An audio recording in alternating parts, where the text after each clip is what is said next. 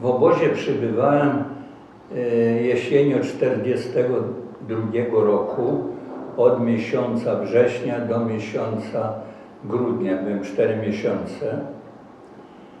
Ja byłem aresztowany w czasie łapanki. Część osób zwolnili, to znaczy zwolnili tych gospodarzy, którzy byli plantatorami tytoniu.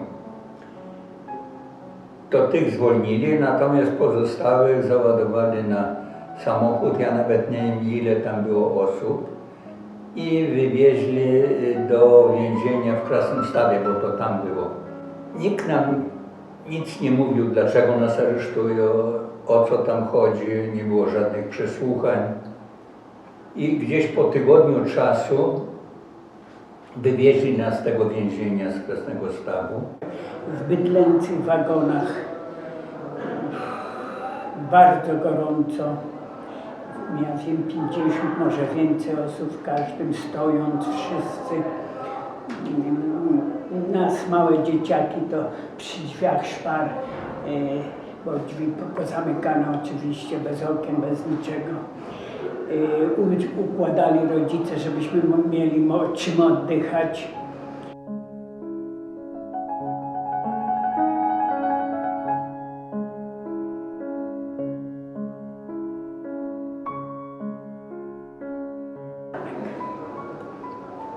No, pamiętam to bez wyjścia z tego, z tych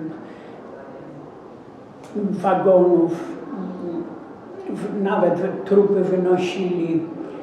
Tam pamiętam, jak ludzie kopali, krzyczeli, żeby otworzyć to, tamto, ale nie było możliwości. Ci więźniowie, no wszyscy byli w tych już strojach obozowych, w tych pasiakach, tak zwanych czapkach.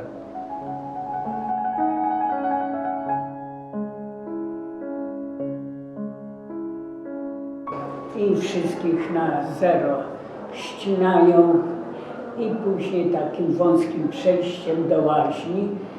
No, pamiętam, że nakazali, żeby otwierać buzię i trzymać ręce w górze. W łaźni strasznie. Dużo ludzi, ale na dodatek puszczona gorąca woda, parząca, pisk duży. I za małe chwile zimna woda i znowu pisk straszny. Wydali nam numery i od tego momentu już nie było nazwisk naszych, tylko były numery. Ja dostałem numer 16291, który pamiętam do chwili obecnej. Trzeba było sobie to tu naszyć, na piersiach, na rękawie, na spodniach i z tyłu na plecach. W obozie warunki straszne. Nie było co jeść, zimno, głód. Przeżycia straszne.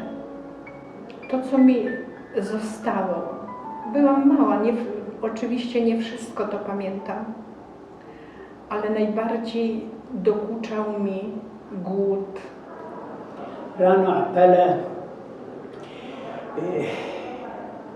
Bałem się, bo tak to mały chłopiec, szczególnie tych psów, bo deszcz, oni w pelerynach z psami, a tutaj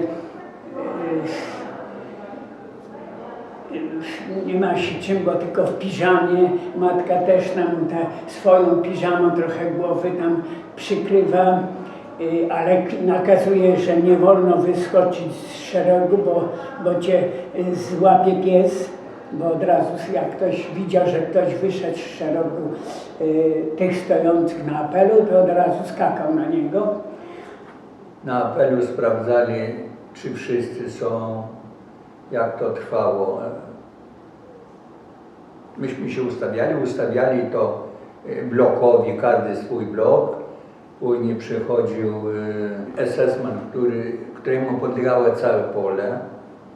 No i tam jego jacyś tam zastępcy. Mówię, sprawdzali stan jaki jest. I na apel musieli wychodzić wszyscy więźniowie, czy zdrowy, czy chory, czy nieżywy. Także zawsze na takim apelu to było tam ileś osób, czy ciał, którzy zmarli w nocy. Różnie było, 5, 6, 3. Ich tam też wynosili, bo to już albo ciągnęli, to tak wyglądało. Wydawało się, że to trzeba ich wynosić, to nie było komu, to ich ciągnęli. Na apelu, mówię, sprawdzali, kontrolowali stan i przydzielali do pracy. Po apelu trzeba było rządeczkiem iść do takiej beczki, jak to są 200-litrowe beczki, i każdy ręką, bo nie było żadnych tamtych, były kubki tylko do kawy, do jakiejś zupy i tak dalej. Ale tu każdy ręką mógł nabrać tam tych kartofelków parowanych, takich z opinkami oczywiście. No i idąc trzeba było tam zjeść i na końcu dalej na kubkę, jakby zgniły albo obierki, to nie wolno było rzucać, tylko na tą kubeczkę. I każdy szedł i składał. W bardzo krótkim czasie przy takim jedzeniu, takich posiłkach człowiek tracił siły. Przecież to jakiś czas miało się jeszcze tam rezerwę tych sił, ale to trwało miesiąc, 2, 3 miesiącach, w 3. miesiącu już byli tacy, co już umierali.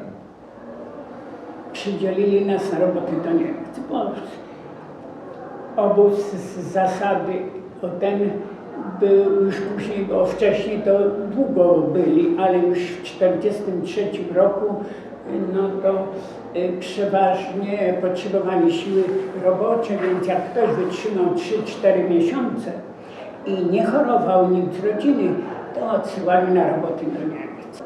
Wyszliśmy, już idziemy tutaj takim piaszczysto, drogo do drogi do tego, a w międzyczasie ponad tą kolumną tych, którzy idą już na Krochmalną, bo tam trzeba było pojechać na transport, czekać do Niemiec. Jedzie samochód taki z burtami, pamiętam, ciężarowy, nie wojskowy, i chwytają dzieci, zabierają dzieci, żeby się nie męczyły, to my ich podwieziemy na Krochmalną i wrzucają do tego samochodu. Między innymi mnie. Wiem, że na burtach tak siedzę, patrzę się przez te burty samochodu. Ten samochód staje, jeszcze tam krzyk, matki nie dają, że tak powiem, na siłę zabierają do ten samochód. I ja tak siedzę i patrzę, akurat mija ten pochód matka w dresie. Oni pewnie zajęci tym zabieraniem nie widzieli, matka podskoczyła i mnie przez te burty wyjęła z tego samochodu. Fakt jest faktem, że tych dzieci nikt nie widział.